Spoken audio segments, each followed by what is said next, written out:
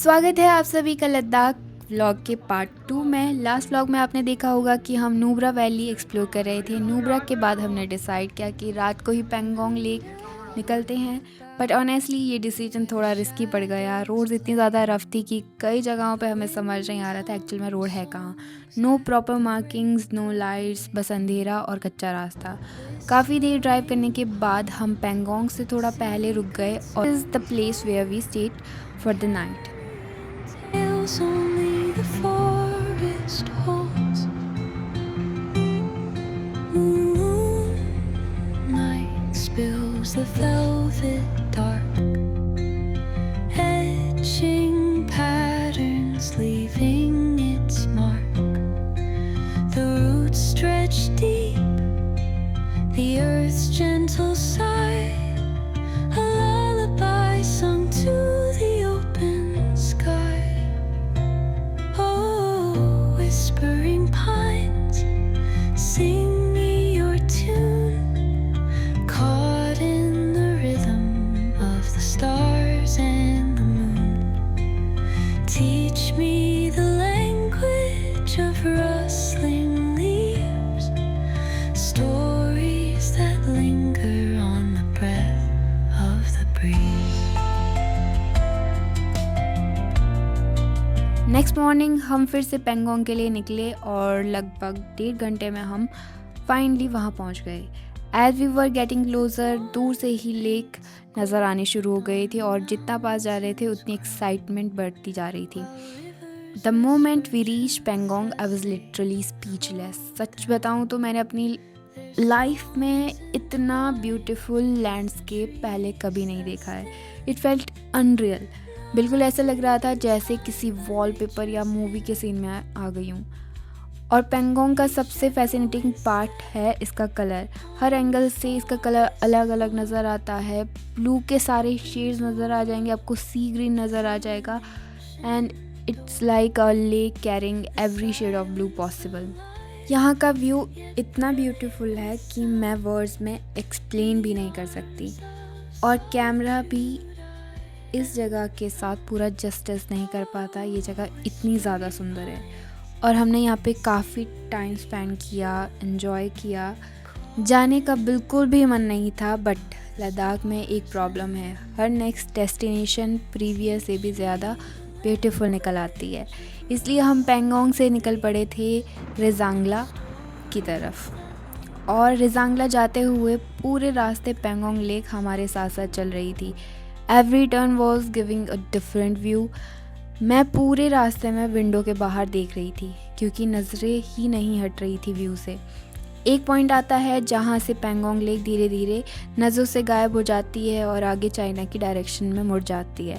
थोड़ी देर बाद हम पहुँच गए रेजांगला मेमोरियल। 1962 के इंडो चाइना वॉर में इंडियन सोल्जर्स ने एक्स्ट्रा ऑर्डिनरी करेज दिखाया था। बहुत मुश्किल कंडीशन में भी उन्होंने आखिरी सांस तक देश के लिए लड़ाई लड़ी। Standing there you can actually feel the emotions attached to this place. यहाँ की बहुत सी स्टोरियाँ हैं जो आपको वहाँ पे आर्मी के जवान सुनाएंगे और उसकी एक वीडियो भी दिखाएंगे। अगर आप उसे वहीं जाकर सुनो तब आपको और भी ज़्यादा अच्छा लगेगा। मेमोरियल विज़िट करने के बाद हम वापस आए। रेजांगला से वापस आने के बाद हम पहुंच गए मिराक, जहां हमने आज रात को स्टे करना था। This place was so beautiful. ये है वो जगह जहाँ हमने स्टे किया और उसके सामने ही है ये पेंगोंग लेक, और ये इतना अच्छा वीडियो बन रहा है यहाँ पे, यहाँ से, और ये सामने का नज़ारा। पर हवा इतनी तीखी चल रही है, लकड़ी चुराई जा रही है और कब से निकल ही नहीं रहा।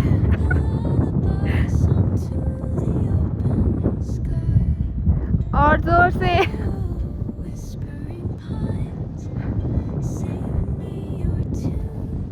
कितनी मेहनत कर रहे हैं।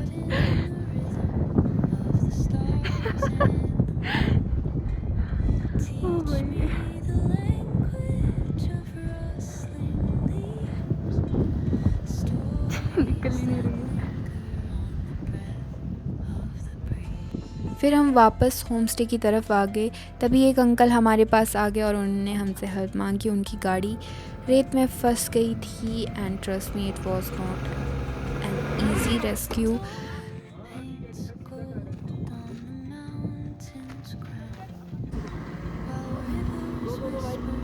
सब मिलकर पुश करने लगे और काफ़ी कोशिश के बाद फाइनली गाड़ी बाहर आ गई। Mission success. नेक्स्ट मॉर्निंग हम जल्दी से उठ गए, ब्रेकफास्ट किया, फिर पता नहीं कैसे क्रिकेट मैच शुरू हो गया। Playing cricket in the middle of Ladakh was definitely not on my bucket list but it happen और काफ़ी मज़ा आया। जब टेम्परेचर थोड़ा नॉर्मल फील होने लगा और गाड़ी भी रेडी हो गई, तब हमने मेराक को बाय बाय बोला और अपनी जर्नी कंटिन्यू की। इस पॉइंट पर हमारी ट्रिप ख़त्म हो चुकी थी और हम वापस घर की तरफ निकल पड़े।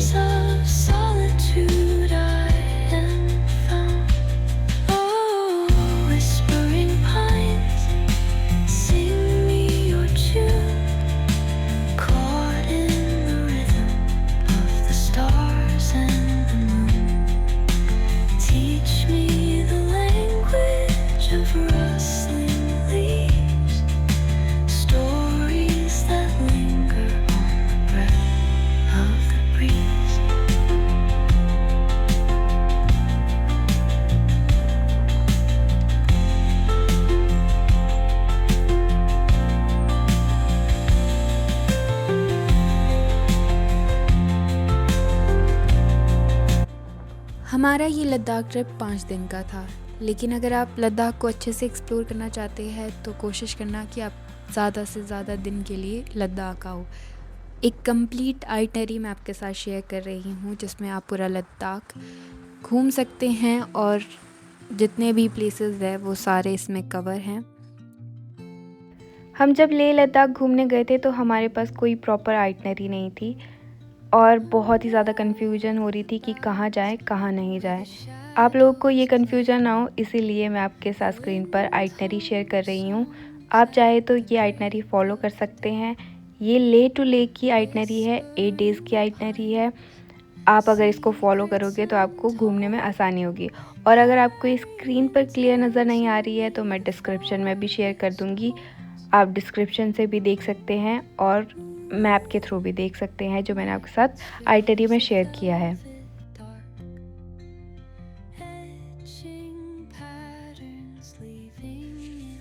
ये था मेरी पूरे लद्दाख जर्नी का एक्सपीरियंस और ये एक्सपीरियंस सबसे ज़्यादा अलग था और हमेशा याद रखने वाला था। स्टिल बहुत सारे हमने प्लेसेस कवर अप नहीं किए क्योंकि ये सिर्फ हमारा पूरा 5 दिन का था और हमने कुछ भी प्लान नहीं किया था कि हम यहाँ जाएंगे वहाँ जाएंगे। बस शाम को डिसाइड करते थे कि इधर जाएंगे, फिर कभी कभी चेंज भी हो जाता था। तो अगर आप जा रहे हो प्लानिंग के साथ जाओ क्योंकि वहाँ पर कोई भी जगह ऐसे थोड़ी थोड़ी दूर नहीं है, बहुत ज़्यादा दूर है। अगर आप पहले से प्लानिंग करते हुए चलोगे आपका टाइम बचेगा, आप ज़्यादा से ज़्यादा जगह कवर अप कर पाओगे और आपकी कोई प्लेसेस छूटेंगे नहीं। जैसे कि हमारे लेह में बहुत सी जगहें हैं जो हम देख भी नहीं पाए क्योंकि हमने कभी प्लान ही नहीं किया था, हम बस निकले हुए थे।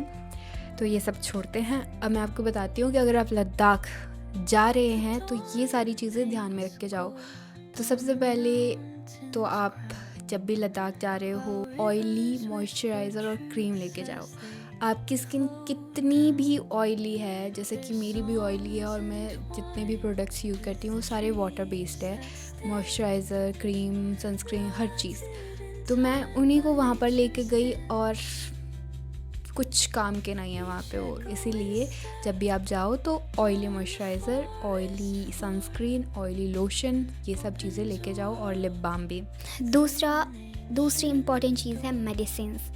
आपकी पर्सनल कोई आपको दिक्कत है उसकी मेडिसिन, नॉर्मल चीज़ें जो एसेंशियल होती है, ज़ुकाम, बुखार या फिर चोट लगने की, कुछ भी ऐसी मेडिसिन जो इमरजेंसी में काम आती है वो ले जाएं। और सबसे इम्पॉर्टेंट मेडिसिन है हाई एल्टीट्यूड सिकनेस के लिए। आपको चाहे दिक्कत होती है नहीं होती है, प्लीज़ कैरी करें। और जब भी आप लद्दाख जाते हो अपने साथ ज़्यादा से ज़्यादा पानी कैरी करें। आप इस भरोसे ना चले कि हम थोड़ा आगे ख़रीद लेंगे, वहाँ पी लेंगे, क्योंकि पूरे रास्ते में आपको बहुत डिस्टेंस मिलेगा एक शॉप से लेकर दूसरी शॉप तक।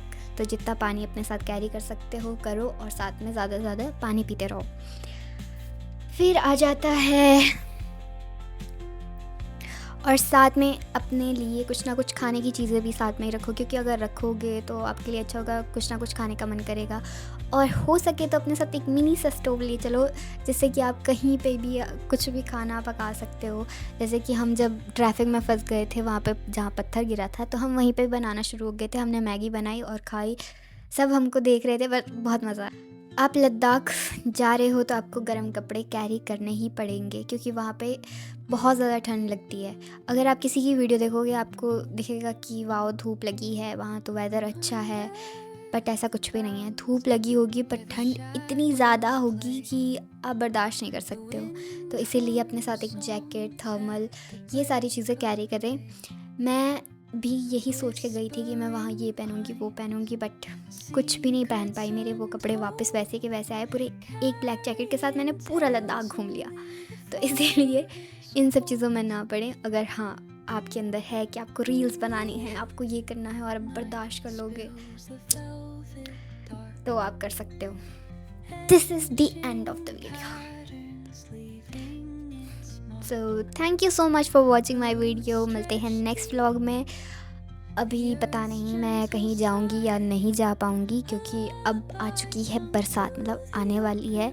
तो अगर मेरा अभी जाने का कहीं प्लान बन गया तो आपको एक और व्लॉग मिल जाएगा, नहीं बना प्लान तो फिर थोड़ा बरसात के बाद जाके ही कुछ हो पाएगा, क्योंकि बरसात में घूमना it's very risky, specially in Himachal और हिली स्टेशंस। काफ़ी लैंडस्लाइड होते हैं, बारिश बहुत ज़्यादा होती है, तो आप सब भी अवॉइड करें। टाटा बाय बाय, मिलते हैं नेक्स्ट व्लॉग में।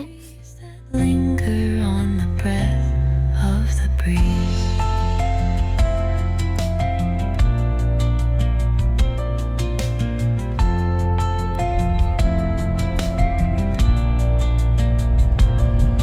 The dawn paints gold on the mountain's crown, while rivers whisper truths as they flow down.